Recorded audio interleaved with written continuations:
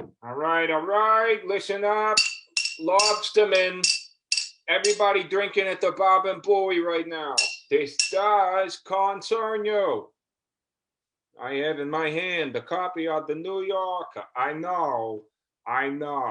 They're not always up to date on the culture of Maine lobstermen, but I do have an article that you might like if you're a lobsterman. March 1971. Maine Clean Fuels, a subsidiary of Fuel Desulfurization Incorporated in New York City, says it is prepared to take elaborate precautions to prevent pollution of the air or bay. I don't know about you, lobstermen, but I'm not trusting no Rockefeller to keep his word. It goes on. Battle lines have been drawn. Public meetings have been held. You were there. On one side is Maine's Department of Economic Development, the executives of the oil company, and some people insist broad hope that oil will bring jobs that elevate the economy of the town.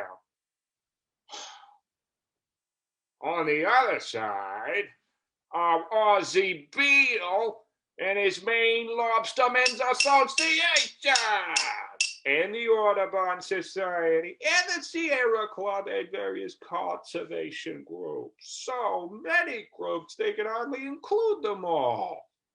Doesn't that make you feel good? We're being written about. Then a little later, the writer recalls that pollution studies his town a couple years ago when their harbor became as filthy as ours as a result of sewage discharged from a school of theology. Theology school. I think the author here, E.B. White, he was writing for the New Yorker, is talking about the petroleum industry like it's a colonial crusade, destroying what's in their path and justifying their crimes doctrinally. Thanks to the environmental people and concerned citizens, finally, the nuisance abated. Well, that's about you. We did it. The nuisance is gone. This oil is all like being in the middle of a big new thing, the snowmobile. That's what he says here. He's making a metaphor. Pollutes in two ways, with its exhaust fumes and with its noise. You see, the exhaust fumes are the literal pollution of the environment, and then all the misinformation is the noise. Well, I don't have to tell you guys, we made a lot of noise too, right? Yeah. One of the fuel spills with documented biological effects in the Portland area took place on Little Diamond Island, August 9, 1969.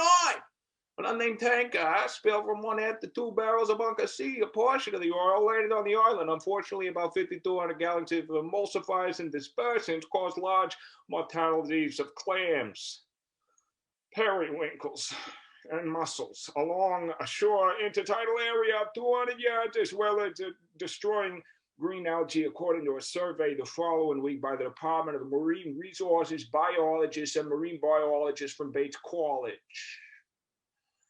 Culminating in years of minor spills presumed common to any fuel handling facility. I mean, the spill at Searsport constitutes one of the outstanding examples of a chronic condition that has virtually eliminated a once normal and healthy clam community. A spill of volatile JP jet fuel, that's JP5, if you're following along, mixed with number 2 fuel was discovered on March 16, 1971, although initially reported by the U.S. Coast Guard to be small and less than a barrel. Get this, large quantities were found by DMR personnel flowing into tidal waters through a culvert and a ditch. By March 22nd, between 5,000 and 10,000 gallons had spilled. Well, fellow lobstermen, after all that, all we had to do as lobstermen was organize. And the nuisance was at last abated. Raise your jaw, report, fellow Maine lobstermen. You from the Audubon Society, the Sierra Club, you various groups as well. We did it. We beat big oil.